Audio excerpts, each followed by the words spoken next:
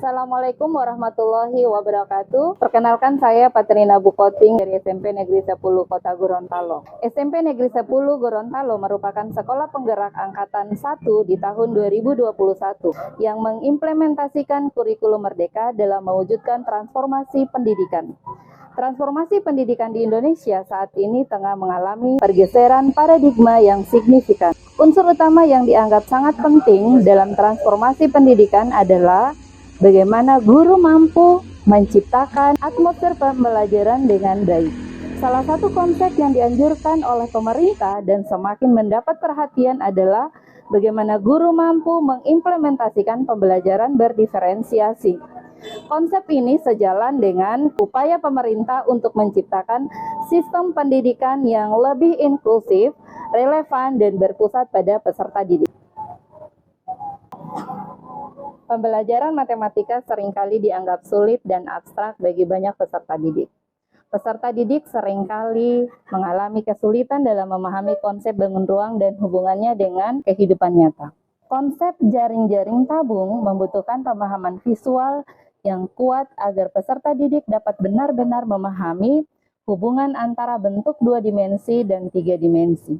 Implementasi pembelajaran berdiferensiasi dengan model pembelajaran project-based learning diharapkan dapat meningkatkan kemampuan peserta didik dalam membuat jaring-jaring tabung. Berdasarkan beberapa permasalahan yang telah saya uraikan tadi, maka saya berinisiatif untuk mengimplementasikan pembelajaran berdiferensiasi melalui model pembelajaran project-based learning dengan judul meningkatkan kemampuan peserta didik menabung, yaitu membuat jaring-jaring tabung melalui impian, di mana impian adalah implementasi pembelajaran berdiferensiasi melalui project-based learning. Alur yang akan saya terapkan pada kesempatan kali ini adalah alur STAR yang dimulai dengan situasi, kemudian tantangan, dilanjutkan dengan aksi, dan terakhir adalah refleksi.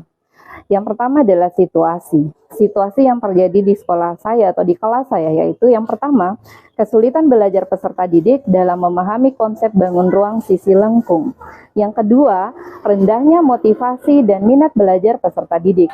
Yang ketiga, peserta didik sering merasa bosan dalam pembelajaran. Setidaknya ada 44% peserta didik berada pada taraf belum siap belajar dengan gaya dan minat belajar yang bervariasi. Untuk alur yang kedua adalah tantangan, di mana pada pembelajaran di kelas saya yang menjadi tantangan terutama pada materi bangun ruang sisi lengkung dengan menerapkan model pembelajaran project-based learning, yaitu yang pertama manajemen waktu, di mana model pembelajaran project-based learning cenderung membutuhkan waktu yang lebih lama, belum lagi materi bangun ruang sisi lengkung yang materinya sangat luas. Yang kedua, peserta didik yang sudah siap belajar lebih dominan dan cenderung mengambil alih tugas kelompok.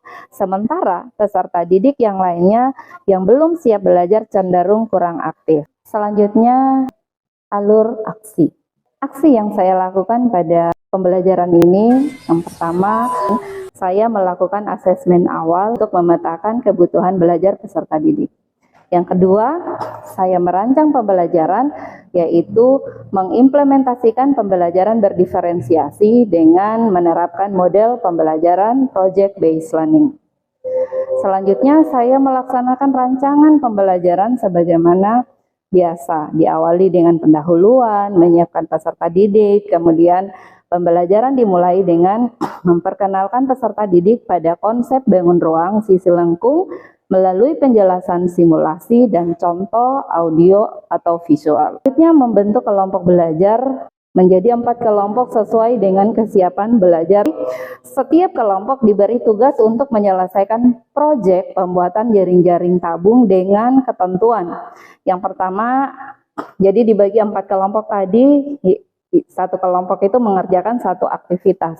Aktivitas 1 yaitu dilaksanakan oleh peserta didik yang sudah siap belajar, diminta membuat desain tabung, kemudian dari desain yang telah dibuat dimintakan untuk membuat jaring-jaringnya dengan menggunakan konsep materi sebelumnya, yaitu keliling dan luas bangun datar. Aktivitas yang kedua ini untuk peserta didik yang siap belajar, di mana peserta didik diminta membuat desain tabung kemudian membuat jaring-jaring tabung dan menjadikannya miniatur tabung. Dan aktivitas yang ketiga yaitu peserta didik yang sangat siap belajar. Diminta membuat desain tabung, selanjutnya dibuatkan jaring-jaringnya yang dijadikan model tabung yang dapat dibuka tutup membentuk alat peraga tabung.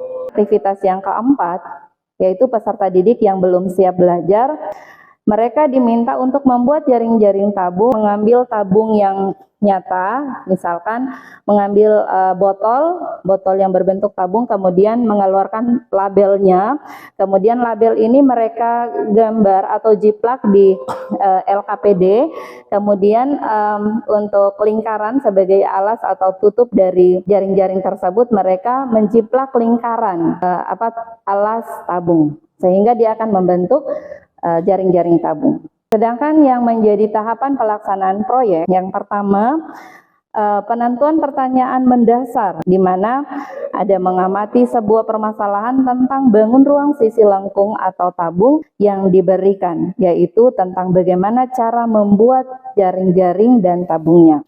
Yang kedua, mendesain perencanaan proyek.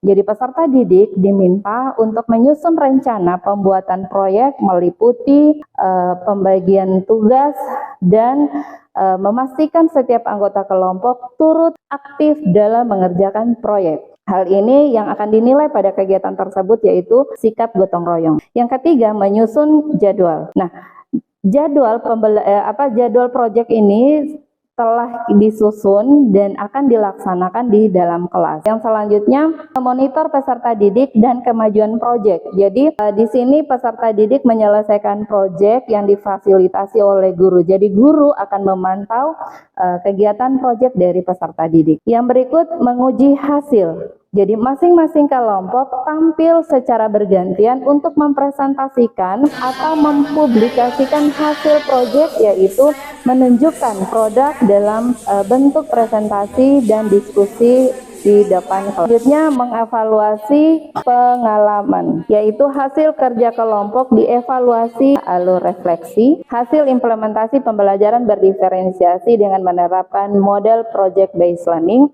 itu diperoleh dampak positif dan negatif, di mana hasil asesmen formatif menunjukkan antusias dari peserta didik dalam menyelesaikan proyek yang telah ditugaskan kepada mereka. Yang kedua, setiap peserta didik mendapat kesempatan yang sama untuk mempelajari atau menjelaskan materi. Selanjutnya, peserta didik yang selama ini tidak ada partisipasi, malah mereka sangat berantusias. Hasil asesmen sumatif dapat dilihat dari perolehan nilai yang diberikan, banyak memperoleh nilai yang sangat baik.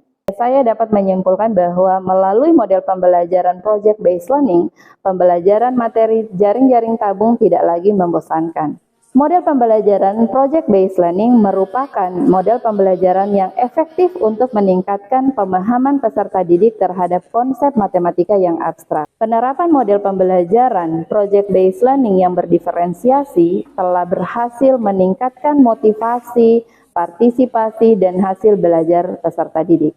Model ini terbukti efektif dalam menciptakan lingkungan belajar yang inklusif dan memotivasi semua siswa untuk mencapai potensi terbaik. Praktik ini telah didiseminasikan pada komunitas belajar bersatu SMP Negeri 10 Kota Gorontalo.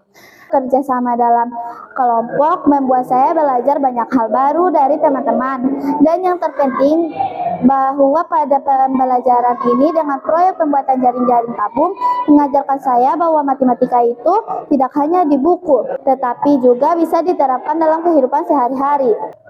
Pembelajaran berbasis proyek menjadikan saya lebih tertantang dalam memahami konsep maupun dalam membuat jaring-jaring tabung. Penerapan model pembelajaran project based learning ini itu sangat memberikan pengalaman belajar bermakna bagi peserta didik. Jadi mereka tidak hanya belajar tentang matematika saja, tapi mereka belajar tentang kerjasama, kreativitas, serta pemecahan masalah.